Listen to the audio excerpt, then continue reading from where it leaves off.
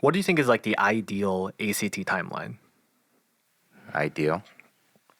I know it's not a one size fits all approach, but the most successful students you've seen, both in terms of amount of time taken out of their schedule to take the exam and general scoring ranges, what's the most success? What are your success stories? Well, don't students usually start from the summer of the rising junior year? Yeah, that's around usually there? the right time to start. Right. The reason that's a good time to start is that usually, I don't know, with AP students, they have taken their first AP test, right? They've taken a real standardized exam, right? Whatever the case is, they have experience, right? But it's not at the point where they're too busy, right? The moment you become a senior Or junior. yeah. If you're a rising senior, it's great. I think you're prepared.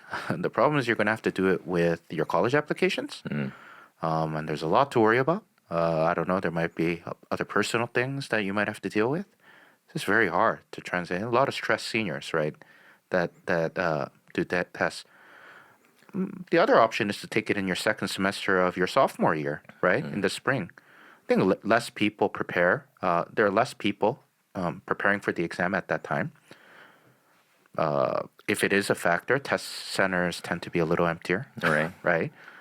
It really helps with the stress, right? Whatever tutor you're looking for may have more time for you. I think, Joon, you did it in your sophomore year as well, right? Second semester, you started then. I think, yeah, I started in December of December of sophomore year. I studied up until around like February, and my first test was April of sophomore year. Yeah, so 3 months, 4 months. After that, Prepping. Yeah. yeah, after that, I think you would agree, students start falling apart. Right. Right. And then this is the where the maturity comes in, right? So if you're a rising senior, not only you have a college application to write, but we usually see they have a desperation. That's actually a big key thing, I think. You have to be desperate. And then they come in, they study, and then they usually do well, right? Oh, yeah. They don't reject the offer of an extra section. Right. Right, So- at least with the way we do it. But those students who actually were successful on senior year, right? They might have to think about, oh, then why did I start from the rising summer of the junior year, right? But that all becomes experience. Experience for them, plus the now you know the format of the test, right? And then during the entire year until the next senior year, obviously you've been learning more math and more science. Then they have to get better.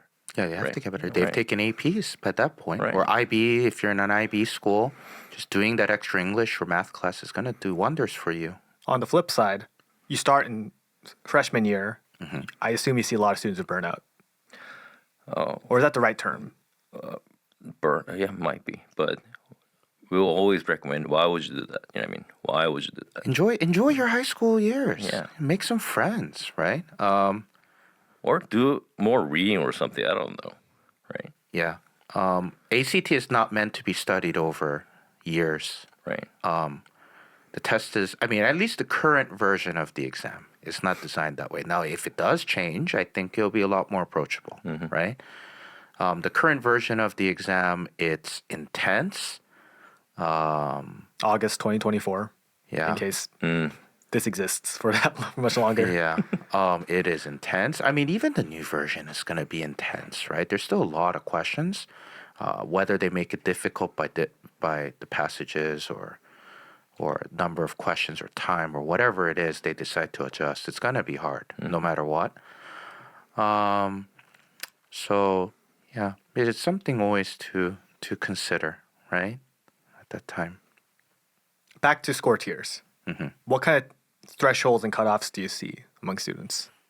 Or what kind of numbers indicate red flags? What kind of section score lineups make you nervous or happy or hopeful? Well, as an institution, obviously, Right.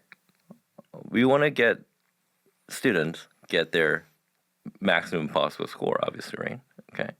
So even though 32, 33, 34 is still a good score, we still try to push them. So there is no limit until they can do their best, right? For tiers, We might be talking to different audiences here. If you're really serious about studying for an ACT, I think the lowest score you should be getting is a 30, right? No matter how hard a section is, right? We've seen, students who are you're not the greatest readers. Okay, you can go get well, what do I always tell students? I tell students to then get a 26 or 27 on reading, which is 10 wrong. It's 2 to 3 wrong a passage. You don't have to be accurate. But that same student, they might struggle in reading, but they're good at something else, right? It happens to be math. It might be grammar. Grammar is something anybody can do, right? And if you're good at math, you can do science, right? There are ways. The reason I like the current version of the ACTs is it might be long, but there's always ways to cover and hide a weak section. Right. Right. I don't think we can say the same about SAT because they add 2 scores, right? Whereas ACT they average. So if you struggle with one, you have 3 sections to average out. So 30 is the minimum. Now, if we're talking about students who are thinking top 20, right? The magic number for you. Joon was like 34. It was You're 34. talking about colleges, right? Yeah. Okay. 34 is usually, if you don't have any serious problems with math, I mean, you might not be the best at math, but if you don't have serious issues, like, I don't know, if you've learned up to pre-calc, I guess, in high school, you can get a 34, right? Nowadays, looking at the statistics, there are certain schools where you might need a 35, and we're talking, HIPS. We're talking maybe, that would be Harvard, Yale, Princeton, sure, right? A 35 is good. A lot of tech schools probably want a high score, your MITs, right? Caltech doesn't look at test scores at the moment, so, but I don't think colleges have changed over the years too, right? Test scores account for much less than what they used That's to. been diluted, right? Yeah. And I think it's our fault, Q. It's teachers like us. We have cracked the test, right? There's a lot of students around the world that can break a 1500. And in our time, what got a student to an Ivy League school usually? Well, you needed about 1450? 1450, yeah. Yeah. In my time, I heard rumors of 1350, 1400. I don't know what the standards of individual students are, but nowadays I think the number for SAT is 1500, right? Which on the ACT would be a 34. 1300 or 1400 on SAT is 32, 31. So we got that tier. But if you have a 32 or 33, which is kind of its own tier, right? I think you need to have goals. You can't just take it blindly, right? No, never. At least you have to, like Calvin mentioned, you at least have to, if you have your strongest section, then you gotta maximize it as much as possible, right? Like scariest thing as a teacher for a student is that when student is not making a certain score, it's not it. It's their score being constant all the time, which means they're not trying something, they're not actually learning something. Then that's the scariest thing. It's not the score range that bothers me. Yeah, hypothetically, a student has a 33 with a 34 in math. Let's just say they have a 34 in math. They might not be able to raise that reading, maybe 28, 29. But that math that's at the 34 should be a 36. Right. The science, which is at a 33, should be a 36. You average that out, that's a 34, right?